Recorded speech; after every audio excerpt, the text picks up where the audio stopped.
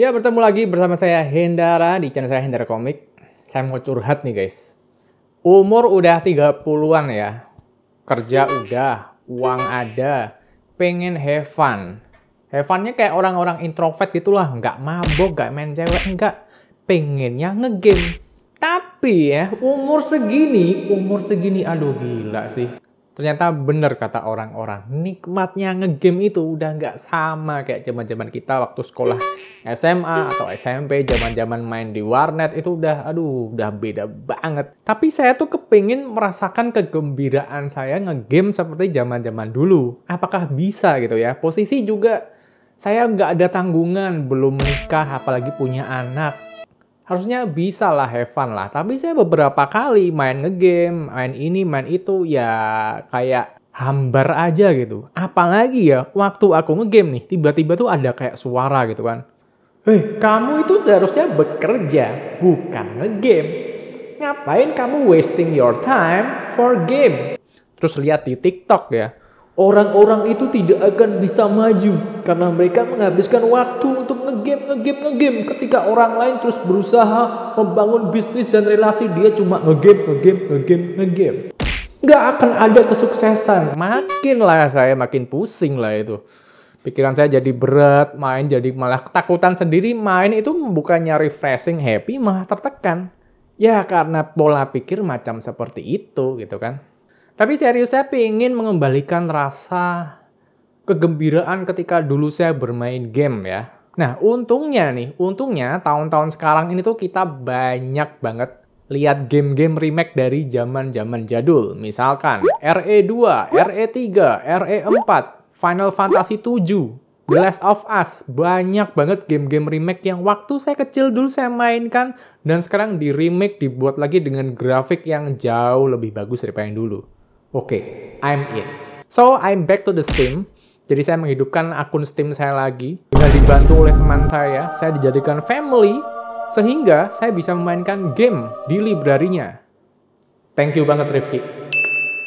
Nah, saya juga memiliki taste tersendiri ya. Dalam menentukan game mana yang cocok untuk saya. Nah, di sini titik baliknya di mana saya tuh bisa merasakan kesenangan game saya kembali. Kita tuh berbeda kayak zaman SMA, zaman SMP dulu beda. Kita tuh ada kaset apa aja diambil dibuat main gitu kan. Mau genrenya shooter, horror, mau genrenya action, fighting, racing itu dibabat semua. But now di umur yang sekarang seperti ini, kayaknya kita nggak bisa deh kayak gitu. Kita tuh akan semakin tersegmentasi kepada satu genre game. Seperti teman saya, ada yang suka game gacha, ada yang suka game petualangan, ada yang suka game strategi, dan ada yang suka game halu cabul. Dan apa sih tes saya? Saya menerka-nerka, saya mikir-mikir apa ya kira-kira yang cocok ya. Sehingga saya mencoba untuk membeli Resident Evil 2. Murah banget sih itu ternyata ya. Harganya cuma 70.000 dan saya ambil yang versi 100.000 di mana bisa dapat skin dan dapat soundtrack RE2 original zaman PS1 ketika dulu saya masih bocil, masih main ya. Itu game udah 20 tahun yang lalu ya kayaknya. Nah, sebelum saya comeback main game kesukaan saya Resident Evil, saya harus menyiapkan beberapa hal yang harus dibeli. Yang pertama adalah gamepad.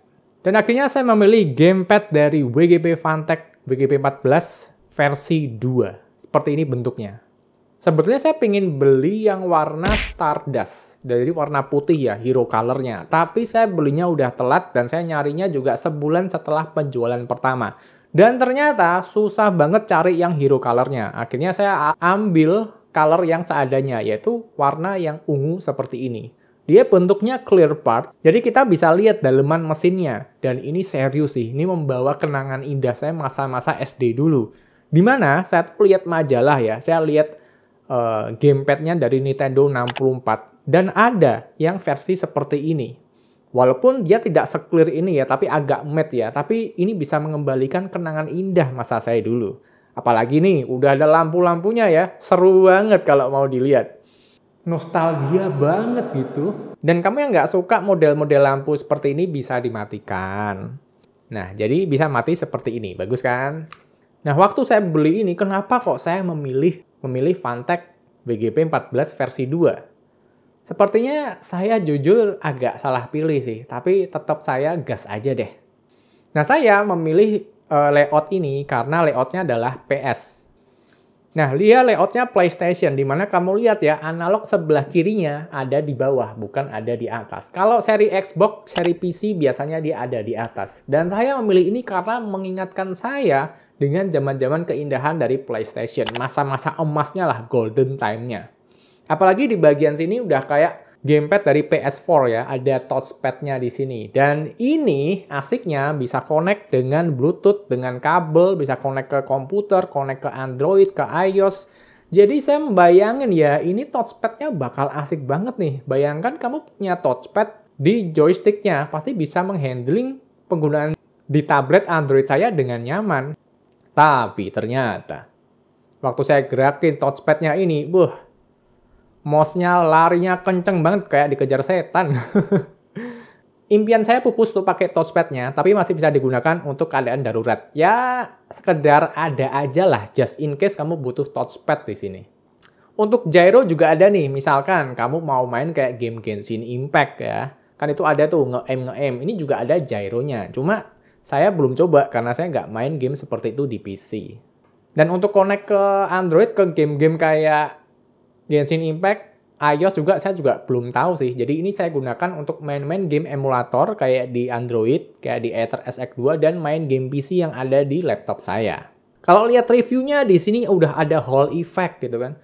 Secara definisi saya bukan gamer akut, saya nggak ngerti sih Hall effect sama enggak bedanya apa. Tapi katanya anti drifting. Kalau saya cari-cari sih drifting katanya nanti kayak analognya bakal pencet-pencet sendiri gitu. Jadi diklaim ini adalah teknologi yang akan membuat analog kamu akan menjadi lebih awet. Ada lampunya biru juga ya, kayak PS4 banget ya. Nah, selain itu di bagian L2 dan R2-nya ini juga ada sistem lock-nya. Jadi kamu bisa set, kamu pingin pencet L2 dan R2-nya dalam atau pendek. Nah, karena saya mainnya nggak cari sensitivitas ya, saya lock aja. Jadi dia pencetannya agak pendek, nggak terlalu dalam. Tapi ini selera ya, mau kamu buka atau mau kamu lock juga terserah. Cuma ternyata walaupun udah di lock masih ada sensitivitasnya. Jadi tuh mencetnya itu nggak langsung tek gitu kan. Kamu bisa tahan dikit itu ada sensornya semua. Jadi kedetek semua. Jadi kayak misalkan kayak di analognya kamu mau jalan pelan, kamu angkat dikit aja itu udah langsung karakternya jalan dengan pelan. Jadi bisa menyesuaikan dengan controller kita dengan akurat gitu ya. Nggak cuma pencet langsung tembak, maju langsung lari gitu enggak. Jadi ada sensitivitasnya di sini dan itu bagus banget. Untuk getarannya juga saya suka ya di sini ya. Kerasa oke sih. Untuk game-game yang saya mainkan seperti Resident Evil juga kerasa bagus banget getarannya. Selain itu juga ada tombol makro di sini ya di belakang nih ya. Bisa dilihat nih tombol makro. Nah ini. Ini adalah tombol shortcut ya. Awalnya saya kira nggak akan kepake tombol ini. Tapi ternyata ketika saya main Resident Evil 2 ini kepake. Di Resident Evil 2 nih rada aneh sih. Jadi kita kalau jalan, kita pakai analog kiri gitu kan. Cuma kalau kita mau lari, pertama kita pencet dulu analog kirinya. Jadi bisa dibilang L3 ya. Nah, saya disuruh pencet tombol analog, entah kenapa kok saya ngeri ya. Dan akhirnya saya set aja tombol makro yang ada di belakang ini sebagai tombol L3. Jadi ketika saya lari, saya tinggal mencet bagian belakang ini dan tinggal ngarahin directionnya pakai analog sebelah kiri. Itu enak banget dan nyaman banget. Saya bersyukur banget ada tombol makro di sini. Selain itu, kamu juga bisa set kok jurus-jurus. Misalkan kamu main game fighting kayak Street Fighter ya, di mana jurusnya bawah, kanan, kiri, atas, kotak X. Nah, itu bisa kamu set juga pakai tombol ini. Nah, saran saya, apapun yang terjadi, jangan sampai kertas manualnya hilang, karena di situ ada ditulis caranya ya, dan itu gampang banget. Kamu bisa coba praktekkan, dan ini akan sangat berguna buat kamu yang suka game fighting. Daripada mencet-mencet terus, mending kita set aja jadi satu, enak kan? Selain itu, juga ada tombol turbo. Turbo tuh kayak mencet gini nih, gitu kan. Dan kamu bisa menyesuaikan speednya sesuai dengan keinginan kamu. Dan hal-hal seperti ini sangat berguna sih waktu saya main Honkai Impact di laptop saya. Kan mainnya repetitif ya, pencet kotak, kotak, kotak, segitiga, kotak, kotak, kotak.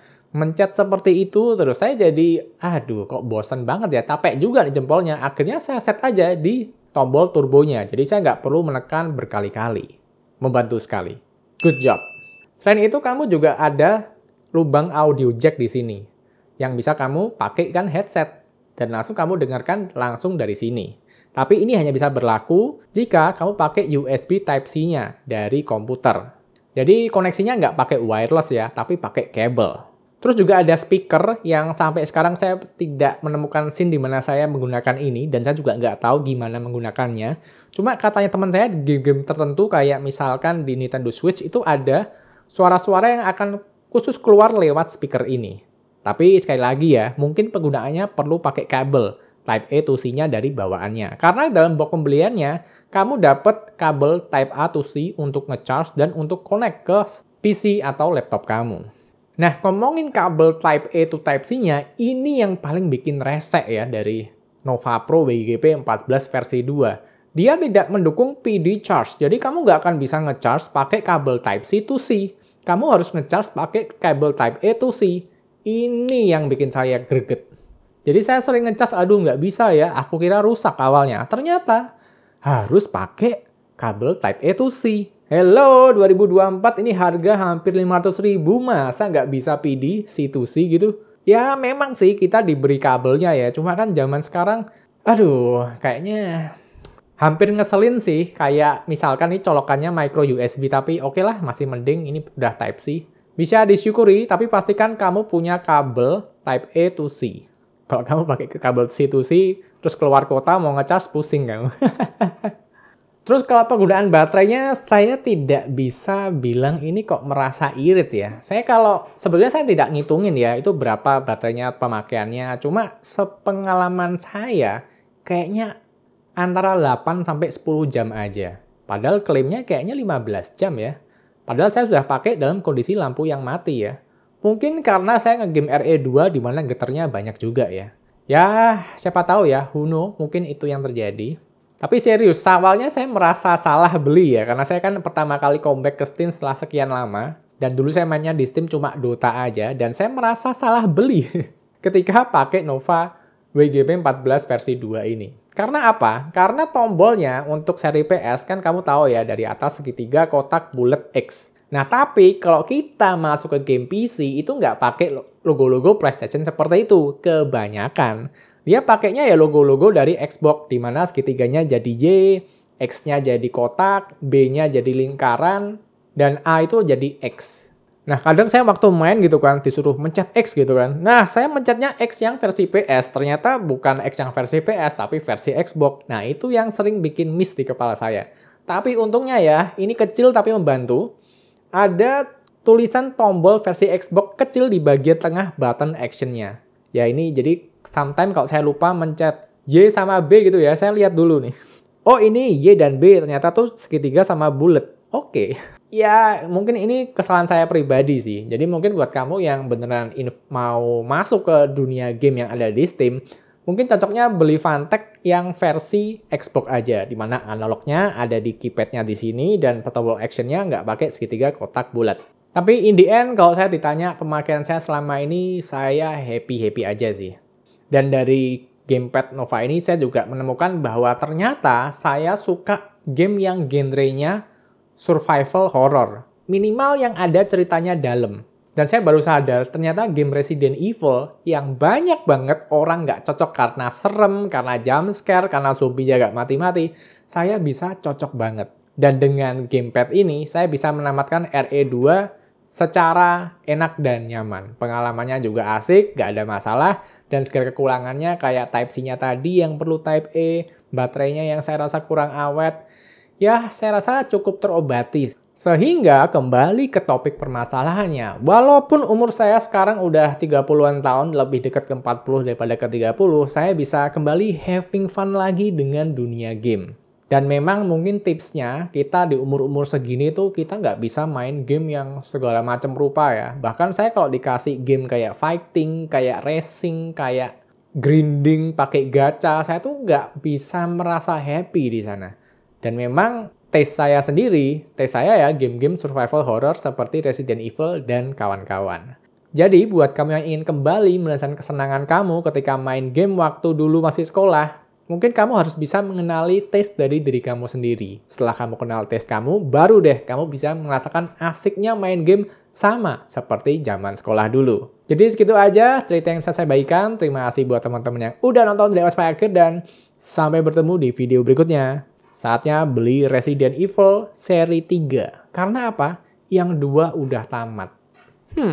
Bangga sekali gue pokoknya. Hahaha.